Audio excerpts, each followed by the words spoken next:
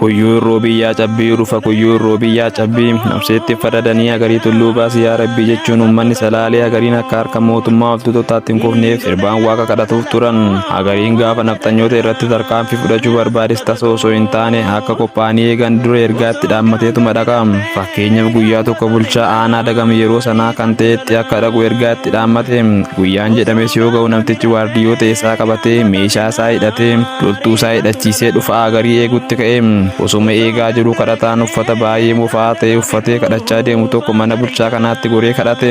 Hojjettoonni isaas kadhataa kanaaf midhaan kennaniifi nyaachisan. Kadhatichis aduu waan natti dhiiteef bakki ani deemu ammoo bosona keessa darbeeti waan ta'eef shiftaan na reeba jechuun akka gooftaan isaanii bulchuuf naaf kadhadhaa jedhee itti dhaame. Hojjettoonnis gooftaa isaa kadhataniifi yaa bulu achi baatii mana jala yaa ciisu jedhee heeyyameefi kadhatichis bakka buluu argate.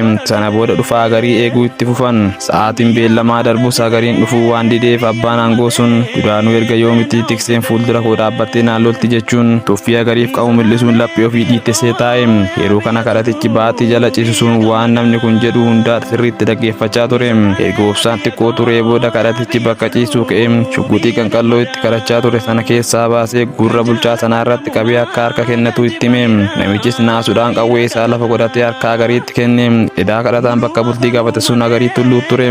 Sana booda agariin namichas waardiyyoota isaas walitti hidhee erga gara fee booda mana tokkotti galchee balbalatti cufuudhaan meeshaa waraanaa fi maallaqa fudhatee deemuudhaan waan ta'e akka bulchaa godinichaatti fiichee deemuudhaan itti himu ajaje.